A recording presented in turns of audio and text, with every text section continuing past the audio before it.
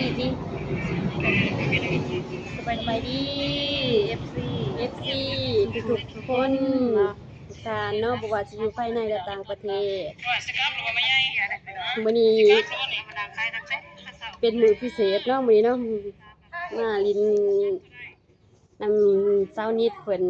มาจากมาสร้างอันนี้แหละมาพากันเฮียนวิธีตัดต่อคลิปนี่แหละครั้งแรกประสบการณ์ครั้งแรกยังว่าทุกคนสุว่าสร้างสองใหม่ประสบการณ์กับบ่ทันได้สำนาญบ่ทันได้ฮู้จักสองทางรายละเอียดสำใดเนาะจังว่าเฮ็ดไปแล้วก็เรียนรู้ไปเทื่อละเล็กเทื่อละน้อยเนาะยังว่าทุกคนสิสอนกันอยู่ในนี้นี่มาเลินนำกันเด้สองเอ้ยน้องได้นี่ ตอนนี้ก็สนุก พอจังได้ก็ฝากFC กดไลค์กดแชร์กดติดตามสองเอ้ยน้องนี่เด้อสองสาวนิดลาวไต่และสองวิถีชีวิตสาวหนูนาเนาะจังได้ก็ฝาก FC บ่ว่าจะอยู่ภายในและต่างประเทศฝากดันกันเด้อฝากดันฝากติดตามส่ง มาเป็นกำลังใจ ฝากเป็นกำลังใจ เพื่อมีกำลังใจสร้างคลิปต่อๆไปเนาะพอได้ให้ FC และแฟนๆเฮาภายในและต่างประเทศได้รับเบิ่งรับชมภาพบรรยากาศเกี่ยวกับวิถีชีวิตเขตบ้านนอกของนาเนาะชีวิตสองสาวนี่แหละคันสิว่าจักหนึ่งกับสองสาว สองสาวเอื้อยสาวน้องนี่เนาะสองสาวเอื้อยน้องเนาะจักสิว่าจะได้เลย คันว่า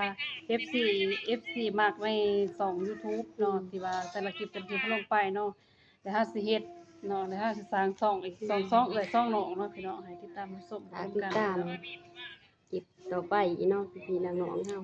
ฝากเป็นกำลังจิตกำลังใจให้เด้ออันใดที่ว่าเฮ็ดบ่ถูกบ่ต้องบ่หรือว่ามันผิดพลาดประการใดก็ขอโทษขออภัยคำเว้าคำว่าก็คือจังซี่แหละพี่น้องเอ้ยบ่เป็นสิเว้าสิว่าบ่ค่อยเก่งในคำเว้าคำว่าจังไดแต่ว่าเรียนรู้กันไปเทื่อละน้อยเนาะค่อยเว้าค่อยว่าคนก็บ่บ่สร้างสิว่าจะได้แล้วสิว่าจะได้แล้วบ่เป็นสิเว้าสิว่าเนาะบ่กล้าเว้ากล้าว่าบ่สร้างเว้าสร้างว่าจะได้ก็ฝาก FC ดัน2ให้เด้อฝากกดไลค์กดแชร์กดติดตาม2ให้แน่ ช่วงนี้ก็ประมาณ12 โมงตอนเที่ยงเลยพี่น้อง กำลังเรียนรู้ใหม่เนาะ ว่าคนเกี่ยวกับ ประสบการณ์กับท่านได้หลายเด้จังว่าทุกคนสิถามกันอยู่ถามกันแล้วก็ฮู้ว่าได้ทุกคนสิว่าบ่เป็นตัดคลิปตัดอีสังก็ยังบ่ทันได้ฮู้รายละเอียดการลงช่องจังซั่นจังซี่คือยังบ่ทันได้ฮู้รายละเอียดจังว่าทุกคนสิว่าเป็นครูให้กันอายฮู้ซองน้องฮู้หนึ่งก็ได้แลกเปลี่ยนบทเรียนให้กันเฮ็ดจะได้และเฮ็ดก็คือว่าแหละแนวว่าใจเฮามักเฮาอยากเฮ็ดเฮาอยากสร้างอยากให้มันประสบผลสำเร็จอยากเห็นมือที่ว่าเฮาประสบผลสำเร็จแต่ว่าเฮาต้องสู้ไปนำแล้วก็เรียนรู้ไปนำนี่แหละประสบการณ์ไปเทื่อละเล็กเทื่อละน้อยเนาะมื้อนี้ก็บรรยากาศก็คืออยากสิดีๆได้มื้อนี้ได้ฟ้าก็แดดได้มื้อนี้แดดดีเวลาก็วิดเลยก็ใครอยู่พายุเนาะพอซะนิดจะเกี่ยวเขา บอกกับเขาสิอยู่เบิดเลยในกลางหากลางหน้าสิลงก็ยังคายานคนฝาเพิ่นลงนี่เจนคือวางปีกายที่6เนาะวันที่8วันที่9นี่แหละพายุพี่น้องก็เลยว่าพากันนั่งอยู่คิดอยู่ว่าสิลงก็ เป็นจะได้มื้อนี้ มีความคิดสิหอบเข้าอีกพี่น้อง ไปพบบ่าวอนุเพิ่นมีความรู้สึกจะได้ ดีใจเลย ดีใจแฮงบ่ ดีใจเป็น ยังว่าเสร็จหยอกเพิ่นอยู่เพิ่นไปแบบสะไผเด้เพราะว่า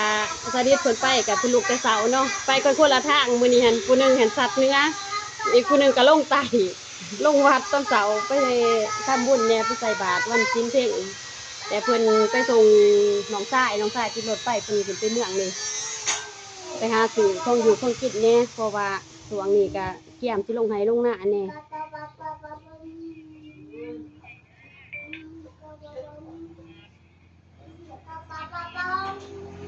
ก็จะได้ละบัดนี้หอดคันได้เลย ภาพคนนี้คือเสียงไปก่อน ก็ต้องได้ตัดต่อคือจะสีแหละถามกันอยู่ได้นี่เลย เฮ็ด ฮ็ดทันใดอยู่ บ่ทันได้เป็นเดิเรียนหูกันไปสอนกันไปจังซี่แหละพี่น้องเอ้ยจังได๋ก็คือว่าแหละฝากเป็นกำลังจิตกำลังใจให้เด้อพี่น้อง FC ทุกๆท่านทุกๆคนบ่ว่าสิอยู่ภายในและต่างประเทศ สวยพักด้าน ทุกหมองทุกบอนช่วยเป็นกำลังจิตกำลังใจแห่งจิตแห่งใจส่งจิตส่งใจให้เด้อดันโสงกันเองความหวังความพันแล้วก็สู่ไปน้ำกันนี่แหละซ่องเอื้อยซ่องน้องนี่แหละดันไปน้ำกันยังว่าอยู่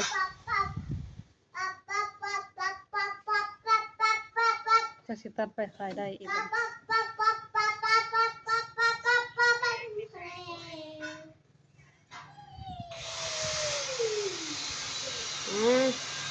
ขอบอกขอบใจเด้อทุกทานทุกคนเนาะที่เขามาเบิ่งว่าส้มหยิบของสาวนุน่าและสนิทเนาะสองสนิทแต่สองนิดด้านนี่แหละ